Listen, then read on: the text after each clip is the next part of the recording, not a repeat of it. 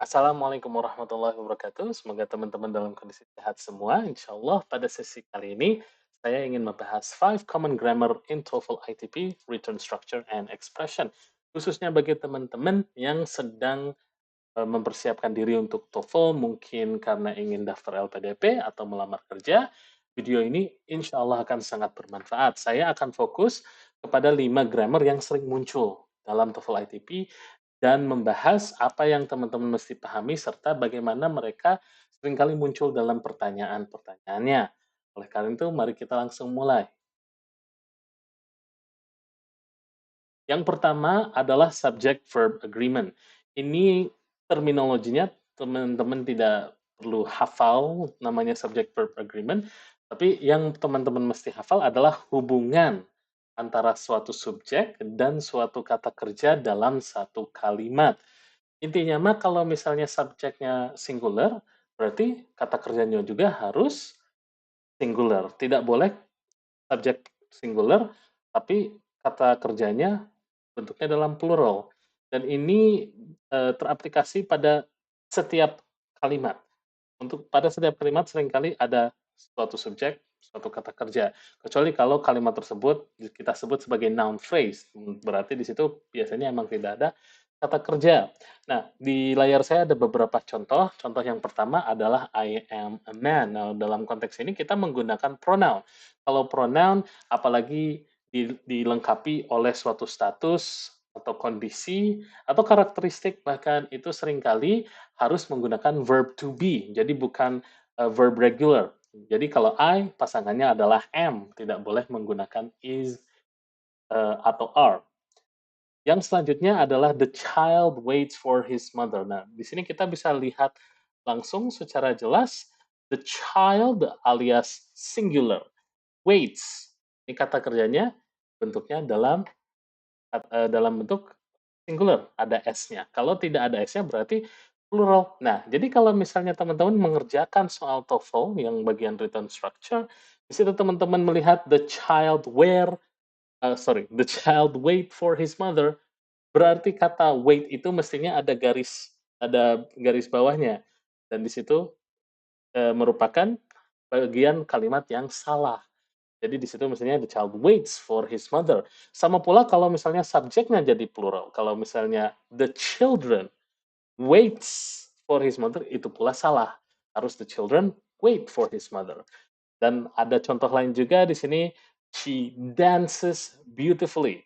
Karena she itu merupakan singular pula, jadi di sini harus menggunakan kata kerja yang bentuknya singular. Kalau teman-teman melihat she dance beautifully, itu salah.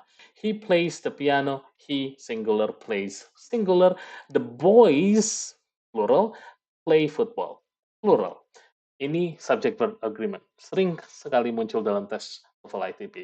Mari kita lanjut ke grammar selanjutnya. Yang kedua adalah tenses. Insya Allah pada video lain kali saya akan membahas secara lengkap, secara tuntas, berbagai tenses dan bagaimana memahami mereka secara mudah dan efektif. Namun pada sesi ini saya hanya ingin fokus pada bagian yang teman-teman betul-betul perlu pahami.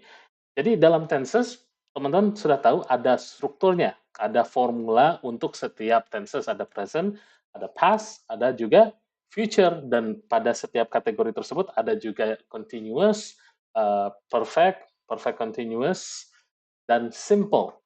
Dan di situ teman-teman seringkali di SD, SMP, SMA hanya menghafal formulanya. Contohnya di sini, present simple itu formulanya adalah subject plus verb one, kata kerja bentuk yang pertama.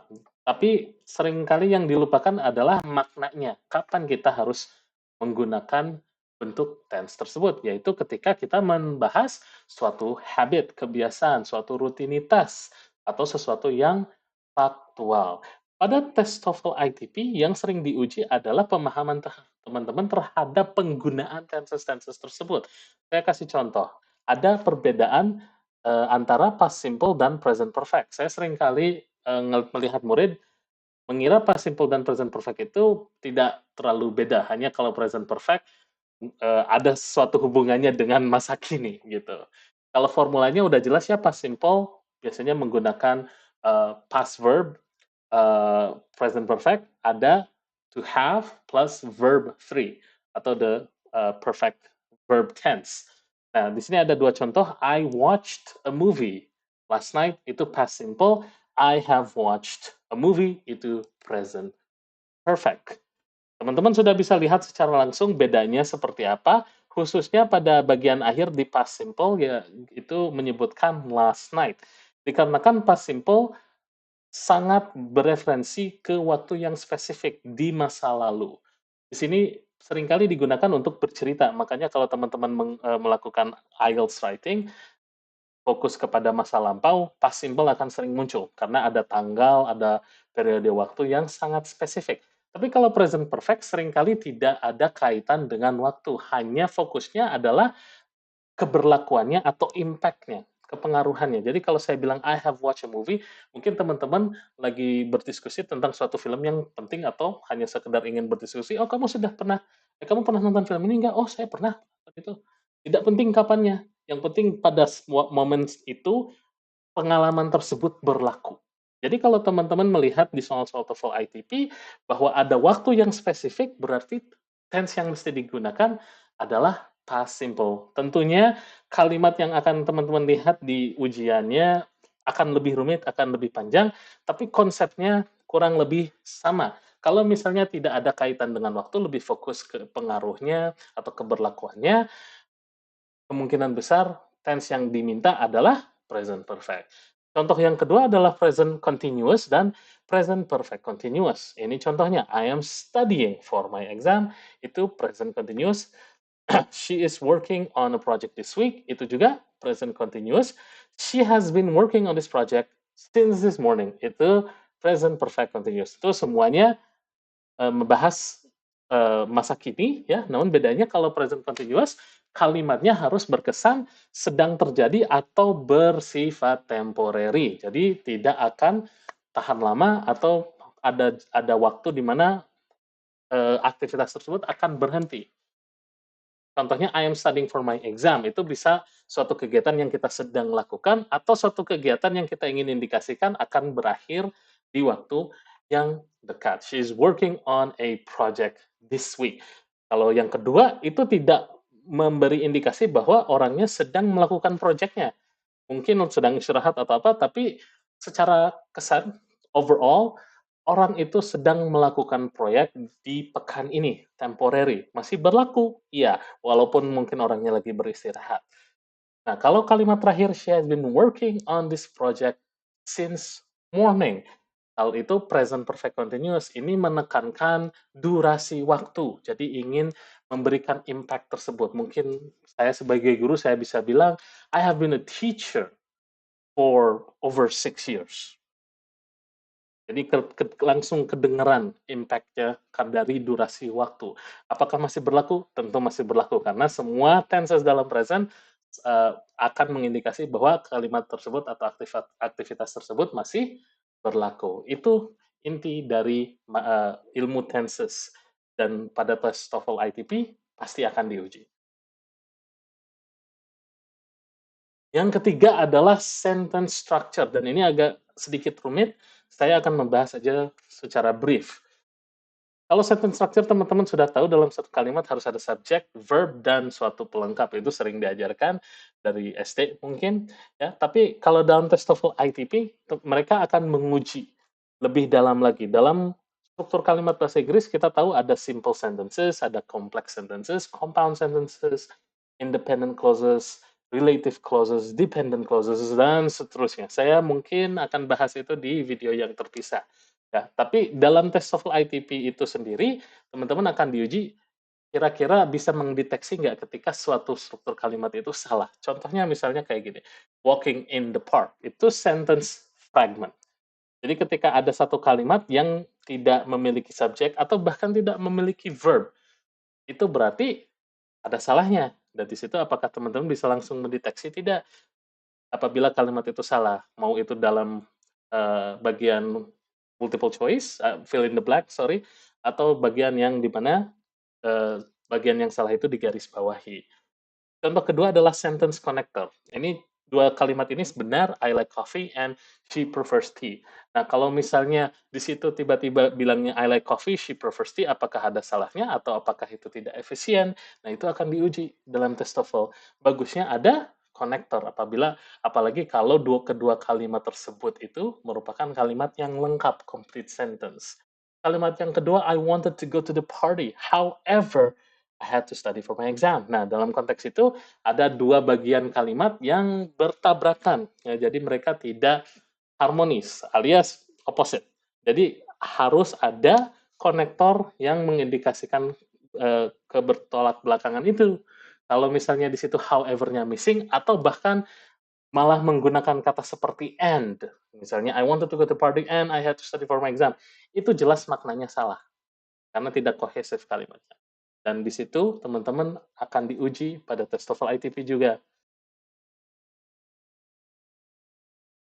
Dan yang kelima adalah word forms atau parts of speech. Ini relatif sederhana dan straightforward. Dalam bahasa Inggris, setiap kosakata memiliki bentuk yang berbeda-beda. Tentu teman-teman sudah tahu ada noun, adjective, verb, adverb, dan sebagainya.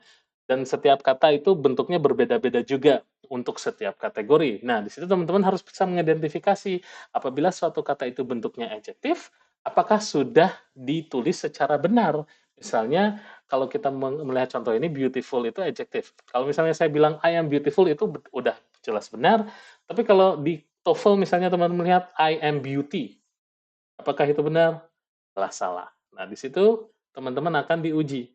Jadi bisa nggak mendeteksi kosakatanya itu apakah sudah benar bentuknya. Contoh yang lain adalah architect, architecture. Ketika mereka memberikan suatu kalimat, di situ tertulis arsitek, padahal bereferensi ke profesinya, bukan orangnya. Apakah teman-teman bisa mendeteksi hal tersebut? Jadi bukan arsitek yang mesti di kalimat itu, tapi architecture. Retention dan retain itu juga sama. Retention itu noun-nya, retain itu verb-nya. Jadi kalau teman-teman tulis hal yang lain, itu bisa jadi salah. Nah, dan ini word forms and parts of speech walaupun sederhana dan straightforward sering dilupakan, mudah sekali terjebak teman-teman. Jadi perlu sekali untuk teman-teman meningkatkan kosakatanya sebelum mengambil tes TOEFL ITP.